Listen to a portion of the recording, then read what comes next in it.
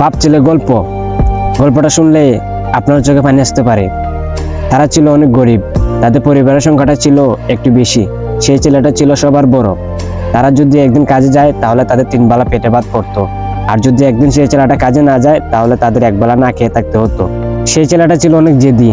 যদি সে একদিন কাজে না যায় তার বাপে তাকে অনেক বকাবকি করতো, সেই ছেলেটা তার বাপকে অনেক বকাবকি করতো।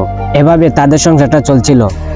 একদিন তারা বাপ ছেলে বসছিল খানি, তখনই তার বাবা তার ছেলেটাকে জিজ্ঞেস করে, আচ্ছা বাবা, তুই যে আমার সাথে এত বকাবকি করিস, এত গালাগালি করিস, যেদিন আমি থাকবো না সেদিন তোরা 1 বেলা না খেয়ে থাকলেও কেউ সে জিজ্ঞেস করবে না বাবা খাইছিস কি না।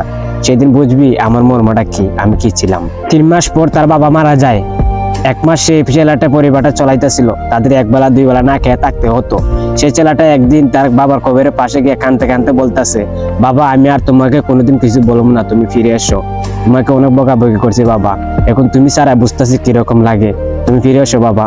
তো আমরা এই ভিডিওতে কি শিখলাম, যে কখনো বাবার মনে কষ্ট দিবেন না, বাবাকে কখনো গালাগালাজ করবেন না।